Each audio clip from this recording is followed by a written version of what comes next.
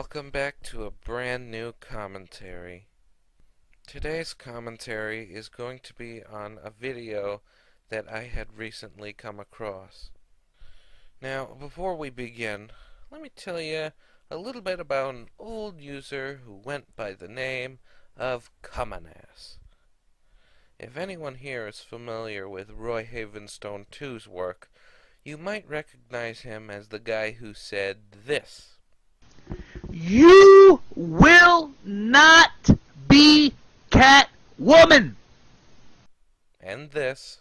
To take the American flag and show it as a penis, that is despicable. Oh, and let's not forget this video that will live on in infamy.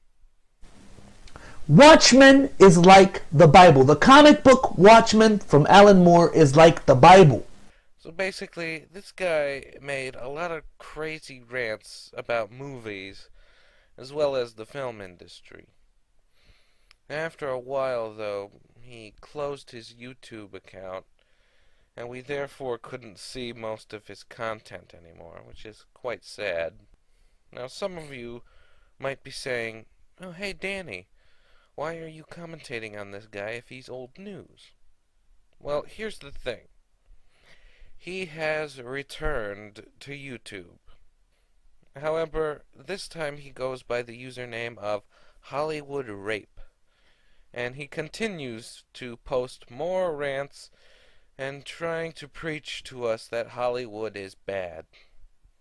Today's commentary is going to be on one of these rants, more specifically his rant on screenplays titled "There is no excuse for the garbage Hollywood is giving us," all in capital letters.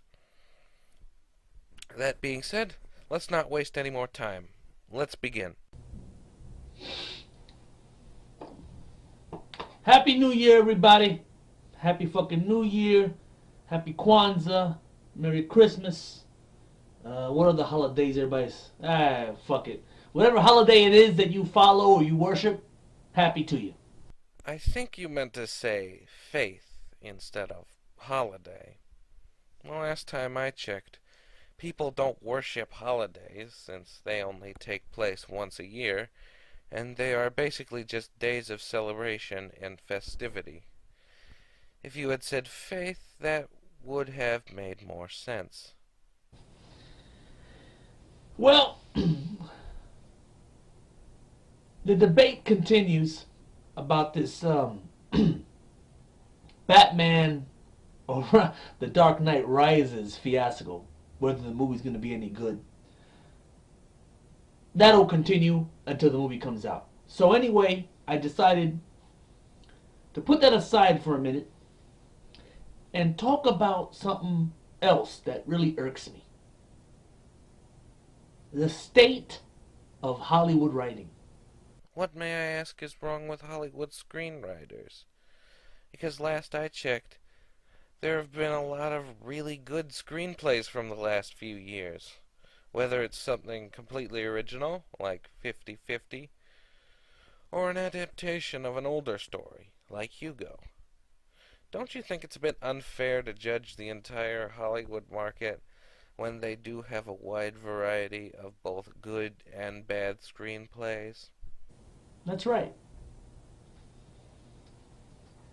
For the last 2 days, yesterday and today, I've been watching classic trilogies. Yesterday, on New Year's Day, I watched the original theatrical versions on DVD of Star Wars. That's right, I'm not going to sit down and watch that perverted crap. Oh, great, not this again. Dude, does it really matter if Han Solo shot first or not? Those Blu-ray editions? Matter of fact, those Blu-ray editions don't even fucking exist to me. And today, I just completed watching the Indiana Jones trilogy. The original theatrical versions untouched. And as I'm watching these films, I say to myself, what's happened? What's happened to Hollywood? Since then, we have the prequels that Lucas gave us. We have Indiana Jones and the Kingdom of the Crystal Skull. He gave us as well. And I have to be honest, and many people will agree with me. The ideas in the prequels and Crystal Skull weren't bad ideas. I'm not sure I 100% agree with you on that. Tell me, do you honestly think that this character wasn't a bad idea? My turtle is savage. My turtle, ravage. Where is the ravage?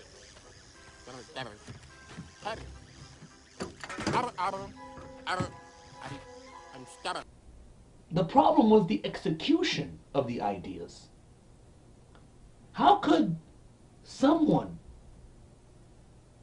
of the likes of George Lucas go from what was given to us in the original trilogy of Star Wars and Indiana Jones to what we were given in the prequels and Crystal Skull? How is this possible?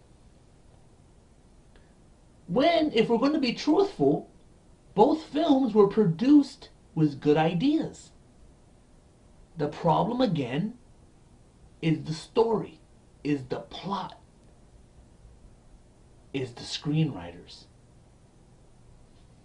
Now, since you mentioned George Lucas earlier, you are aware that George Lucas was also the screenwriter for the Star Wars prequels and for Kingdom of the Crystal Skull, right?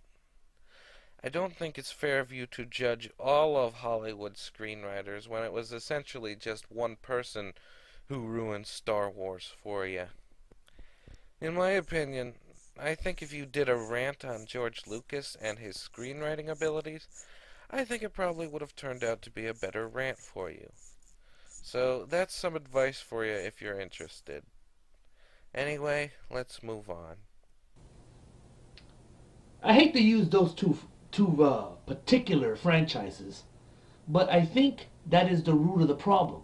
If we look at those two particular franchises, then we can analyze and understand a little bit why all the newer stuff out here now is garbage as well. Like I said earlier, you are using two franchises that have the same screenwriter. Also, I feel bad for repeating this point, but I must reiterate it. I don't think it's fair to criticize all of the screenwriters in Hollywood when it's clear that the main culprit is George Lucas. So please, don't clump them all together. What happened? What happened? What decisions were made? I'm not even trying to give any answers on this video. I don't want any answers.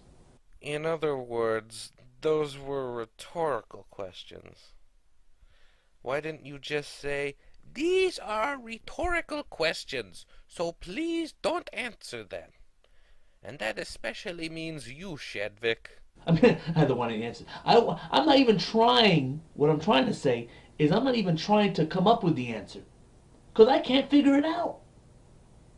I can't figure it out. How the fuck you can fuck up a film about the characters in Star Wars and the characters in Indiana Jones. It's almost as if it was done on purpose. Now think of what I'm trying to tell you right now. I'm telling you that if this was done on purpose to elevate the original films, then George Lucas is a fucking genius. But if it wasn't done on purpose, well, then something's wrong in Denmark, as they say.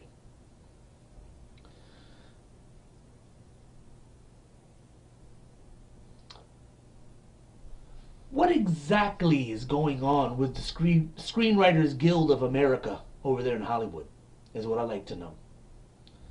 I remember when people started attacking Revenge of the Fallen, Part 2 of Transformers.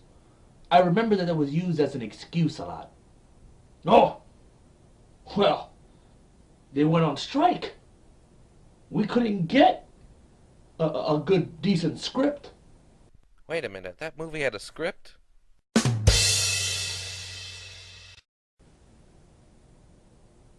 And then I recently heard a podcast that will not be named, Spill.com. where they talked about Daniel Craig complaining that the reason why Quantum of Solace came out like the piece of shit it is, because the screenwriters weren't available. It was another strike, some sort of another strike. I think the same strike as Revenge of the Fallen. Him and the director had to come up with things to do in the movie because they weren't allowed to get a writer. And Daniel Craig actually said that he's not a writer. He didn't know. They just came up with anything. Well, dude, it's not the first time it's happened. Did you know that when Martin Scorsese did his movie Taxi Driver, he and Robert De Niro were pressed for time and didn't know what to film at a certain point? Thus, they improvised and came up with what is considered the most popular scene from that movie. You talking to me? You talking to me?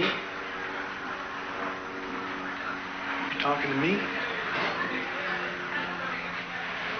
Well, then who the hell else are you talking? You talking to me? Well, I'm the only one here. Who the fuck do you think you're talking to? What I'm trying to say is that sometimes, even if there isn't a script to work with, a director and an actor can still do their best to make entertainment, and that scene is living proof. If I were you, I would have some faith in the filmmakers today, because they seem to know what they're doing.